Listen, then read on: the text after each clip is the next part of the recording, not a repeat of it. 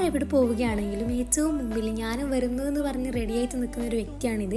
അപ്പോൾ നമുക്കിന്ന് ടൗൺ വരെ പോകേണ്ട ഒരു ആവശ്യം ഉണ്ടായിരുന്നു. ഇതുവരെ ATM ഞാൻ പൈസ എടുത്തിട്ടില്ല എന്ന് പറഞ്ഞിട്ട് അനിയത്തിയാണ് ഇപ്രാവശ്യം പൈസ എടുത്തിട്ടുണ്ടായിരുന്നു. പോകുന്ന ഈ ഉമ്മാന്റെ കാർ അവിടെ പാർക്ക് ചെയ്തിട്ട് നമ്മൾ കണ്ടിട്ടുണ്ടായിരുന്നു. പിന്നെ നമുക്ക് വാച്ച് ശരിയാക്കാനുണ്ടായിരുന്നു. സോ നമ്മൾ ആദ്യം അവിടേക്കാണ് പോയിട്ടുണ്ടായിരുന്നത്. വാച്ച് ശരിയാക്കി നമ്മൾ നേരെ പോയിട്ടുണ്ടായിരുന്നത് സിം വാങ്ങാൻ വേണ്ടിയിട്ടാണ്. സിം എടുക്കേണ്ട ഒരു ആവശ്യം ഉണ്ടായിരുന്നു. സോ അതും കഴിഞ്ഞിട്ട് ഒരു മെഡിസിനെ തപ്പി ടൗണിലുള്ള എല്ലാ മെഡിക്കൽ ഷോപ്പും കയറി ഇറങ്ങേണ്ട ഒരു അവസ്ഥ വന്നിട്ടുണ്ടായിരുന്നു. എവിടെയും ആ മെഡിസിൻ അവൈലബിൾ ആയിരുന്നില്ല. അവസാനം ഏറ്റവും ലാസ്റ്റ് പോയ ഒരു ഷോപ്പിൽ നിന്നാണ് നമുക്ക് ആ മെഡിസിൻ കിട്ടിയിട്ടുണ്ടായിരുന്നത്. ഈ മെഡിസിനെ തപ്പി സകല മെഡിക്കൽ ഷോപ്പും കയറി ഇറങ്ങുമ്പോഴത്തേക്കാണ് നമ്മൾ അത്യാവശ്യം ടയേർഡായിരുന്നു.